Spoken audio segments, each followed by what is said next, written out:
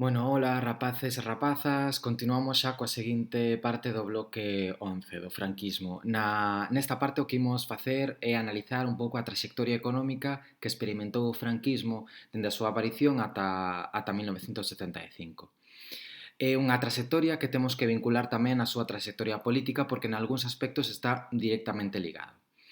Un dos aspectos que temos que ter en conta é que a traxectoria económica do franquismo estivo moi asociada nos seus primeiros anos aos efectos económicos da Guerra Civil. Se lembrades, ademais dos efectos demográficos, dos efectos culturais ou, por exemplo, ademais dos grandes represaliados que tivo a Guerra Civil, outros dos aspectos que temos que ter en conta é tamén os efectos materiais, os efectos económicos desta guerra.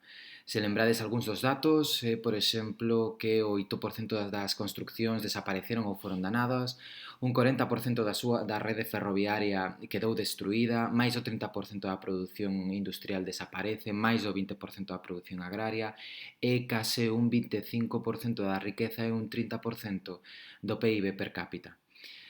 A partir desta situación entenderemos que a situación e a trayectoria de posguerra foi moi dura e se dilatou moitísimo no tempo. Esta foi unha das características esenciais da trayectoria económica española deste momento, é que a súa posguerra durou moito tempo. É por iso que podemos distinguir tamén dúas etapas, unha etapa da autarquía dende 1939 ata 1950 eh, eh, eh, condicionada por esta posguerra en a que se buscou unha autosuficiencia económica. Por un lado, polo nacionalismo económico, a filosofía económica do momento, e tamén polo obrigado illamento internacional. A partir dos anos 50 veremos unha etapa de crecemento que se consolida sobre todo a partir de 1959 ata 1975 nunha etapa que se coñece como a de desenvolvemento económico ou o desarrollismo, na que se levou a cabo unha liberalización da economía española. Ben, o primeiro período, coñecido como a da autarquía económica, vincúlase directamente con esta longa posguerra que se dilata ata 1950. Esta fase de autarquía económica tiña como obxectivo, na súa filosofía de nacionalismo económico, a autosuficiencia económica, é dicir, que España fora autosuficiente e fora capaz de estruturar a súa economía, atender ás demandas e atender a necesidade da súa sociedade e das súas empresas.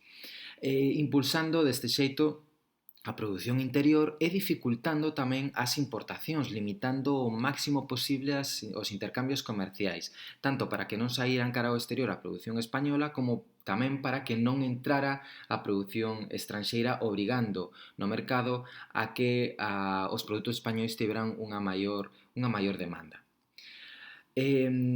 Temos que ter en conta que esta situación tivo lugar nun contexto internacional de completo illamento. En 1946 España foi expulsada da ONU directamente e de outras organizacións internacionais polo seu perfil dictatorial.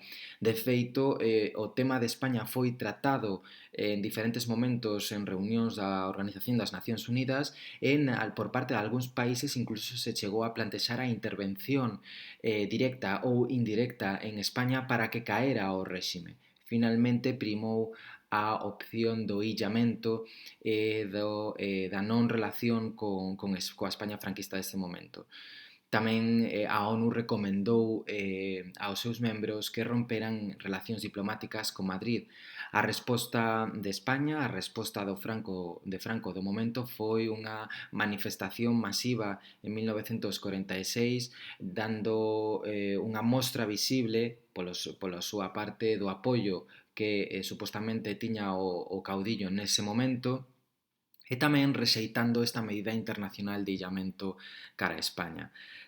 As saídas diplomáticas que tivo España neste momento e de relacións internacionais e tamén de relacións económicas foron moi limitadas, asociadas a países que tiñan un perfil político similar ou ben tiñan este perfil tamén populista, como pode ser a Argentina de Perón ou, por exemplo, o caso de Portugal, de Salazar, que tiña un perfil autoritario como o que tiña España nese momento.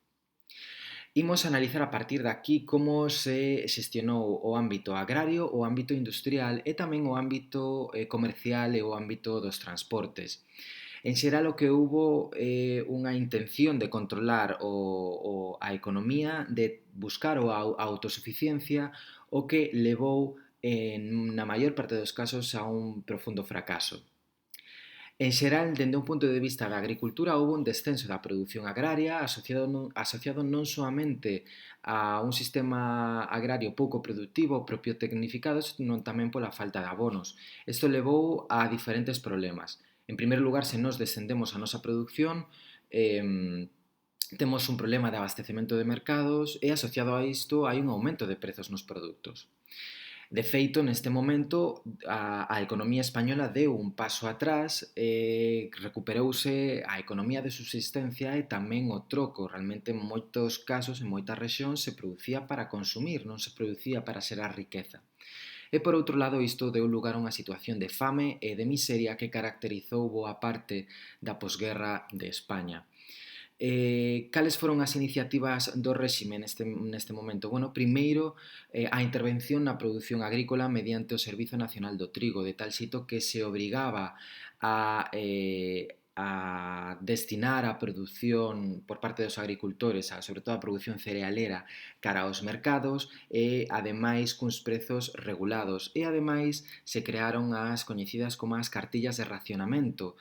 As cartillas de racionamento estiveron moi presentes ao longo do franquismo ata ben entrado os anos 50 e con estas cartas de racionamento o que se facilitaba á poboación con menos recursos o acceso ao mercado de bens de primeira necesidade, leite, fariña, mantequilla, entre aceite de oliva, por exemplo, a uns prezos preestablecidos e regulados. Ben é certo que isto tivo uns efectos contrarios ao que inicialmente se buscaba. Moitos agricultores o que fixeron ante ter que establecer un prezo límite moi baixo, o que fixeron foi ocultar parte da súa produción e destinar esa produción ao mercado negro, ou coñecido como a extraperlo, onde os prezos non estaban regulados e onde o prezo dos produtos era moitísimo máis alto e, de feito, era un mercado negro onde había unha maior heteroxeneidade de produtos. Isto beneficiou sobre todo a unha parte dos agricultores, moitos deles terratenentes, que tiñan que ofrecían un apoio directo ao réxime, e o réxime era coñecedor en parte desta situación e en parte a permitiu. O réxime tamén tomou medidas para tratar de incrementar esta produción agraria mediante diferentes iniciativas. En primeiro lugar, por exemplo, mediante a posta en cultivo de novas terras a través do Instituto Nacional de Colonización, que o que facía era crear povos novos onde se facilitaban vivendas e onde se distribuían terras para a súa poboación eminentemente agrícola, por suposto, para tratar de incrementar a produción agraria xeral de España. Esta medida levouse a cabo en rexións onde había unha densidade demográfica moi baixa, como por exemplo en Extremadura ou como por exemplo en Castela-A Mancha. Non é unha iniciativa nova, senón que é unha iniciativa que xa se viña propoñendo dende comezos do século XX. Outra das medidas foron plans integrais para mellorar tanto a productividade agraria como tamén as condicións de vida no rural mediante o desenvolvemento de sistemas de regadío, tamén mediante a construcción de vivendas no rural ou, por exemplo, mediante a extensión da rede eléctrica en todo o territorio español, atendendo sobre todo ao mundo rural. E, por último, outra das medidas foi a Lei de Concentración Parcelaria de 1952, do que con esta medida o que se buscaba era minimizar ao máximo posible, eliminar o minifundismo. O minifundismo, como o seu nome indica, fai referencia a parcelas de pequeno tamaño. Nestas parcelas de pequeno tamaño era moi difícil introducir innovacións tecnolóxicas e tamén era moi difícil producir para o mercado, é dicir, acadar unha produción elevada.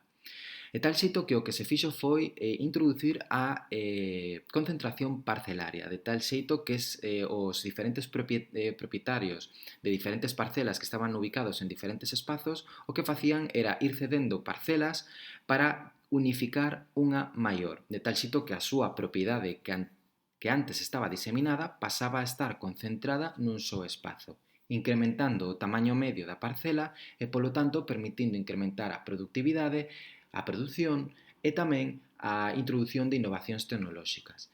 Esta medida prolongouse moitísimo no tempo, ata ben entrados anos 70 e incluso a comezos dos anos 80. Tivo moitísimos efectos, sobre todo no interior de España, onde se levaba a cabo unha produción eminentemente cerealera, dilatouse tanto no tempo porque precisaba moitísimos recursos económicos que neste momento o réxime non tiña. Temos que ter en conta que esta lei de concentración parcelaria ou a concentración parcelaria é un dos elementos clave para entender a revolución agrícola. Unha revolución agrícola é unha concentración parcelaria que, por exemplo, se imos ao caso inglés, levouse a cabo 2 séculos antes respecto do que se levou a cabo en España. Dende o punto de vista industrial, tamén primou esa iniciativa ou esa idea do nacionalismo económico de tal xeito que España tiña que ser tamén autosuficiente, unha idea de partida moi complexa tendo en conta que España non foi un deses países que chegou en primeiro lugar á industrialización, senón que foi os que chegou tarde e a súa industrialización ademais foi parcial dende un punto de vista territorial. Para promocionar a industria creouse o Instituto Nacional da Industria en 1941, que tiña como obxectivo o control da produción daqueles sectores que se consideraban esenciais nese momento, sobre todo os sectores asociados á metalurxia e á siderurxia, e demais neste momento o Estado convertíase no principal inversor e promotor na industria. Isto podemos ver en diferentes ámbitos. O que pasa é que isto tivo unha serie de límites. Os límites que tiña España neste momento eran os límites tecnolóxicos e os límites enerxéticos e de materias primas. Nestes tres aspectos, España dependía completamente do exterior e sempre dependeu, como por exemplo, se lembrades o caso de País Vasco, a industria siderúrxica do País Vasco creceu moitísimo porque se producía un intercambio con Inglaterra. Se desaparece ese intercambio, o crecemento económico e industrial de España é moi reducido. Ben, é por iso que os resultados desta política nacionalista, desta política económica, foron tan pobres.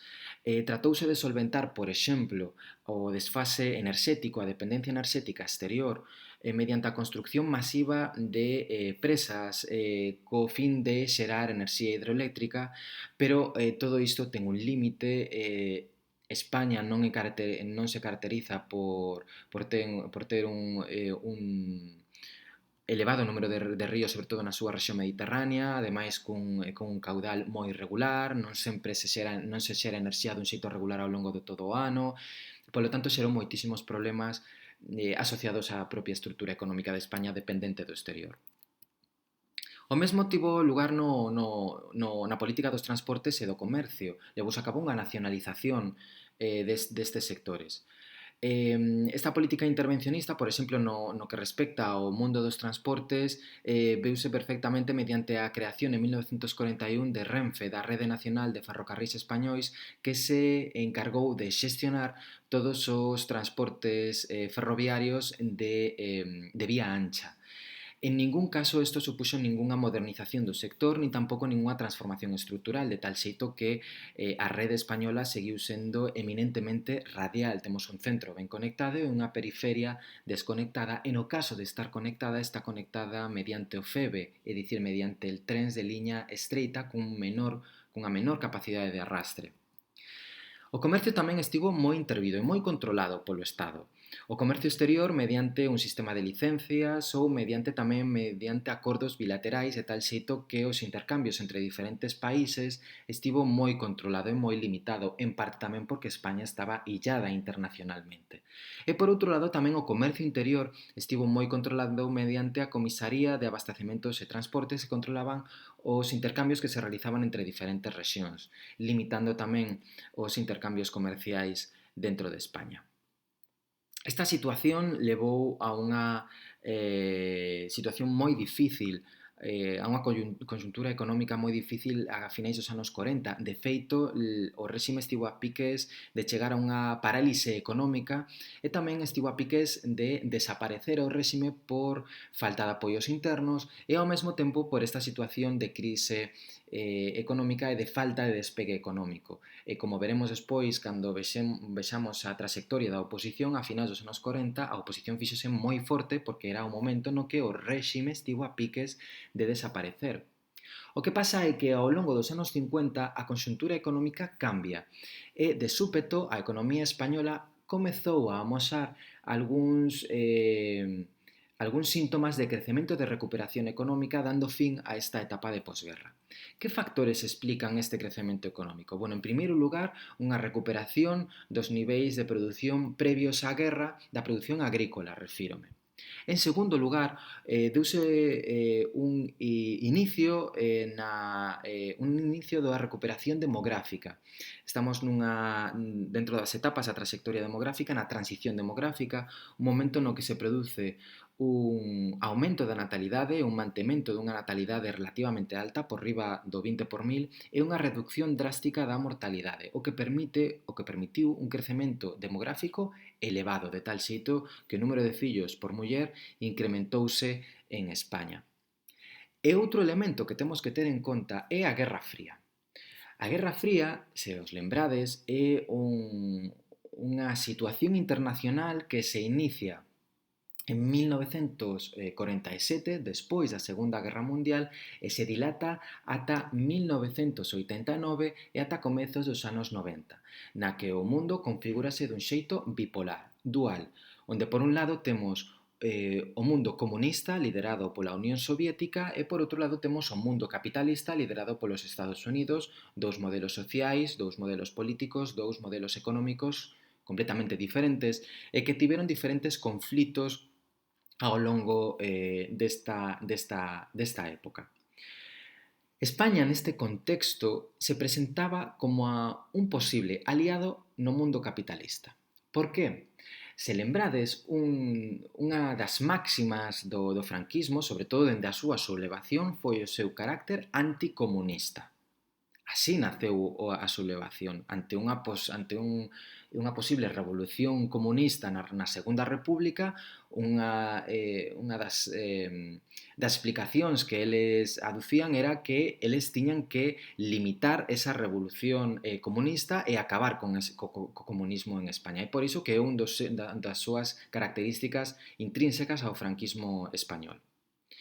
Estados Unidos neste momento estaba a ver como en Europa, por exemplo en Italia ou en Francia, sobre todo en Italia, estaban a crecer os partidos de esquerda, sobre todo o Partido Comunista Italiano. De tal xeito que España comezou a perfilarse como un fiel aliado no contexto mediterráneo. E Estados Unidos comezou a apoiar económicamente a España mediante o envío de divisas, mediante o envío de materias primas e de fontes de enerxía necesarias, vitais, para un crecemento industrial en España que ata este momento non se estaba a dar esta recuperación industrial. Non soamente apoiou económicamente, senón que tamén a apoiou a nivel diplomático, de tal xeito que meteu presión para que as diferentes institucións internacionais accederan a aceptar e recoñecesen a España de Franco. De feito, en 1955 a ONU readmitiu a España.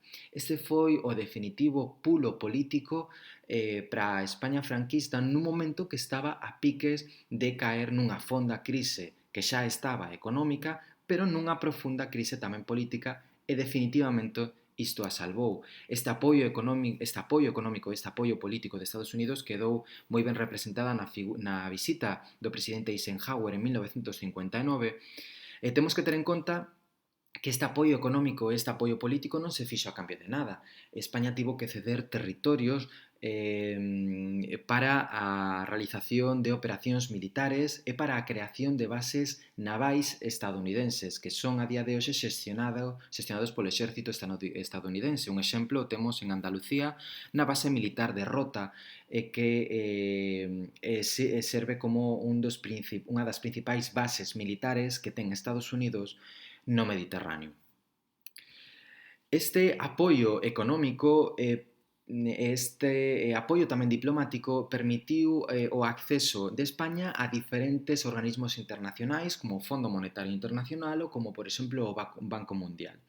E a partir de aquí permitiu un cambio tamén político interno. De feito, a partir de 1959, iníciase esa fase tecnocrática que implicou a aparición de gobernos onde desaparece ese perfil da falanxe, xa desaparecera previamente co inicio dese constitucionalismo cosmético, e desaparecen figuras do exército e no seu lugar a sección católica, a sección sobre todo do Opus Dei comezan a controlar o goberno. Ademais teñen un perfil tecnócrata, son técnicos, son economistas que o que buscan é reformar a economía española. Ollo, reformar a economía, non cambiar dende un punto de vista nin cultural, nin tampouco dende un punto de vista social, nin político, a estrutura do réxime autoritario. Para iso temos que partir do Plano de Estabilización de 1959. Esta foi a gran reforma económica que o que buscaba era transformar o modelo económico pasando dun nacionalismo económico e da etapa da autarquía a unha etapa de capitalismo occidental, na que estes principios económicos permitiron unha fase de desenvolvemento e de gran crecemento económico. De feito, esta etapa é coñecida como a etapa do desarrollismo español. Principios que se defendían no Plano de Estabilización de 1959. Bueno, en primeiro lugar, unha flexibilización de prezos e de salarios que xa non estarían regulados directamente polo Estado, senón mediante as normas e as leis de oferta e demanda reguladas polo mercado, unha política monetaria que se tiña que sincronizar coa política monetaria internacional, é dicir, o valor da divisa da peseta, o valor da moeda española tiña que estar armonizada en relación ao valor das outras divisas internacionais. De feito, a peseta tivo que devaluarse moitísimo, tivo que reducir moitísimo o seu valor. Estaban nos valores por enriba do que lle correspondía. En segundo lugar, houve unha liberalización dos intercambios comerciais. Limítanse os aranceis e deixase de lado eses acordos bilaterais que limitaban moitísimo a saída da produción española cara ao exterior e a entrada de produtos dende o exterior. E por último, o sector público tamén tivo que reaxustarse moitísimo, axustando ingresos e gastos, non se podía gastar máis do que se ingresaba, había que reducir tamén a inflación, o incremento dos prezos no conxunto da economía española mediante o axuste do gasto público, e por outro lado tamén mellorar o rendemento fiscal. Prácticamente non había presión fiscal, é dicir, o pago de impostos era moi reducido en relación a outras economías europeas, polo tanto había que incrementar un pouco a presión fiscal para que o Estado puidese ter un maior volume de ingresos. Nesta nova política tivo un forte impacto na estrutura económica do país e sobre todo afectou a dous ámbitos. Por un lado a industria e por outro lado tamén tivo as súas consecuencias no turismo que analizaremos despois. Sobre todo, o seu principal impacto foi na industria. De feito, España neste momento consegue unha verdadeira industrialización que afecta a diferentes territorios de España, non soamente a Madrid, a País Vasco ou a Cataluña. Ese plan de estabilización viu a concretarse nos planos de desenvolvemento nos que se buscou unha industrialización xeral de España. De feito, esta é unha das medidas dende un punto de vista económico, quizáis que tivo uns mellores resultados e máis interesantes dende un punto de vista económico. Os planos de desenvolvemento viñéronse a concretar dende 1964 a 1975 en 3 polos de desenvolvemento e de promoción industrial, que o que buscaban era promocionar a industria en diferentes rexións españolas, tratando de diversificar a presencia da industria nos diferentes territorios que había en España. Como? Bueno, mediante a creación e a posta a disposición de suficiente solo industrial barato, mediante exencións fiscais, é dicir, que as empresas, as industrias que se ubicaran neses terreos pagasen un menor número de impostos, ou tamén mediante apoio económico, mediante subvencións para que estas industrias se ubicaran en España.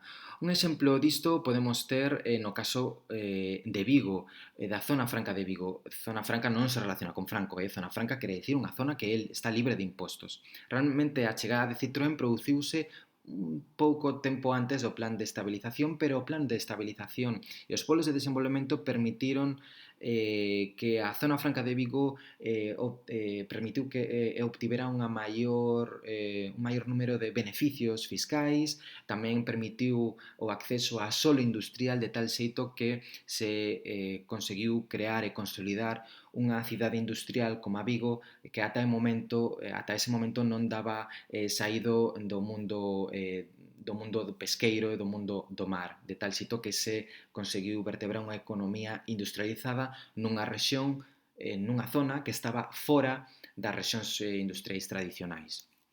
Un efecto destas políticas coa que se buscaba transformar a estrutura da industria española foi un gran crecemento económico. De feito, entre 1960 e 1975 a economía española acadou uns ritmos de crecemento moi elevados. Chegou a crecer nalgúns momentos un 7% anual o seu PIB. E se vemos outros datos de outros anos ao longo do século XX, estes foron os anos entre os anos 60 e sobre todo ata os 73, os anos nos que houbo un maior crecemento da economía.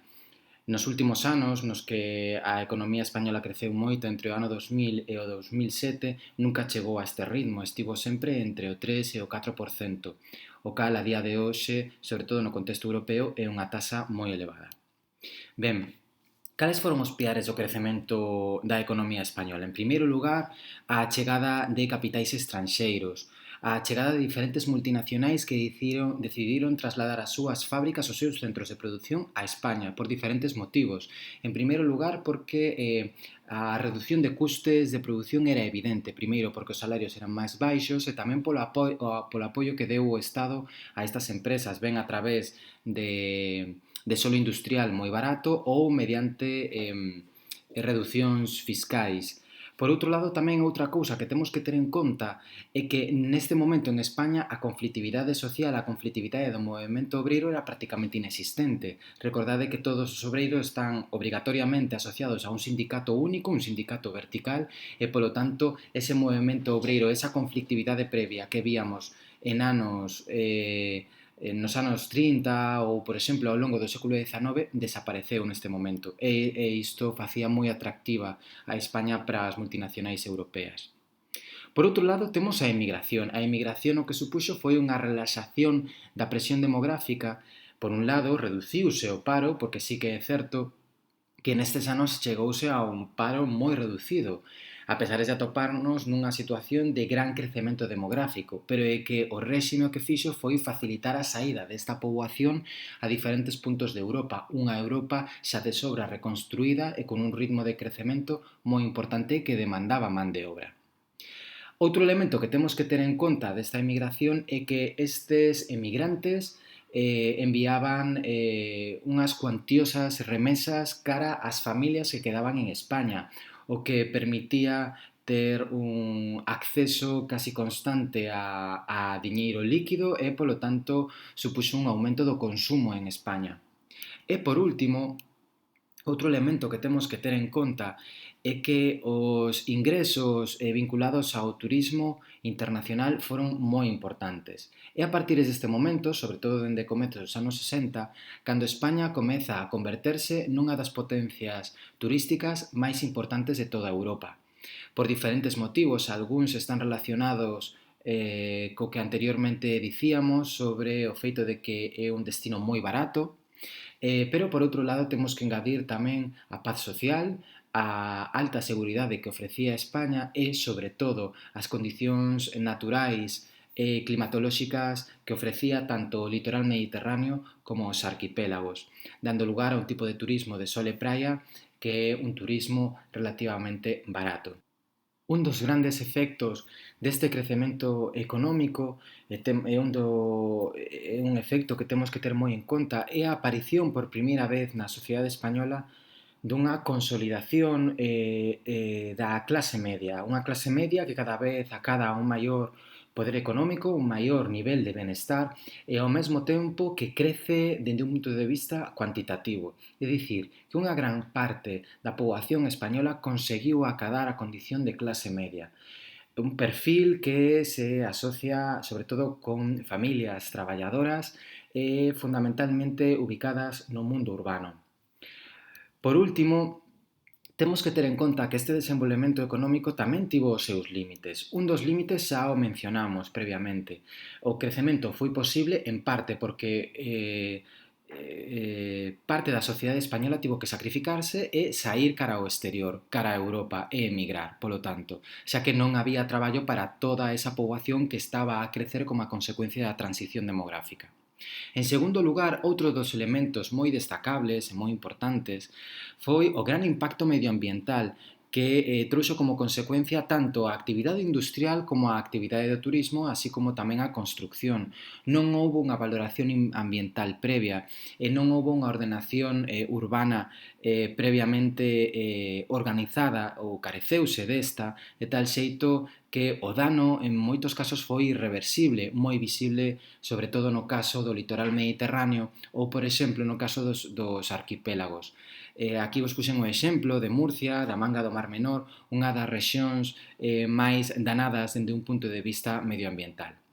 Por outro lado, tamén configurouse unha estrutura económica na que tivo unha maior importancia, tanto o turismo como a construcción, asentando así a estrutura económica española que incluso ten presencia a día de hoxe e a fai sensible e a fixo sensible, sobre todo ante diferentes tipos de crise, como por exemplo a que estamos a vivir agora mesmo. Outro elemento que temos que ter en conta é como foi evolucionando posteriormente a traxectoria económica desta fase de desenvolvemento, porque chegou a un límite. Este límite chegou a partir de 1973, coa crise económica ou coa crise do petróleo. Ben, algúns o mellor o sabedes, pero en 1900, a comezos dos anos 70 tivo lugar unha guerra, a guerra do Yom Kippur, onde se enfrontaron Israel cos diferentes países árabes musulmáns da rexión de Próximo Oriente. O triunfo foi para Israel, sobre todo porque tivo o apoio de Estados Unidos. Como era obvio que os países árabes, que os países musulmáns no contexto do conflicto palestino-israelí non eran capaces pola forza das armas de vencer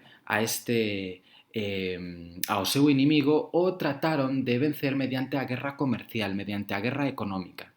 Gran parte do petróleo que existía neste momento, as reservas que había, están en Próximo Oriente, están en países como Kuwait ou como, por exemplo, Arabia Saudí.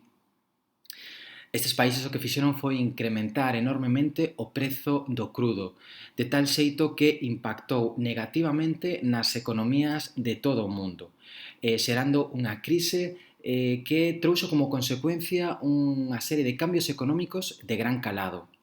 No caso de España, en 1973, esta crise, este impacto pola subida do prezo do petróleo, non se notou tanto, en parte porque España conseguiu manter unha boa relación de certa proximidade cos países árabes. Sen embargo, anos máis tarde, a crise acabou chegando e, de feito, esta crise dilatouse moito no tempo ata comezos dos anos 80, de tal xeito que este desarrollismo desacelerouse por completo e a economía española tivo que entrar por un proceso coñecido como a reconversión económica, a reconversión industrial, que permitiu a chegada da terceira revolución industrial a España, pero isto xa nos anos 80.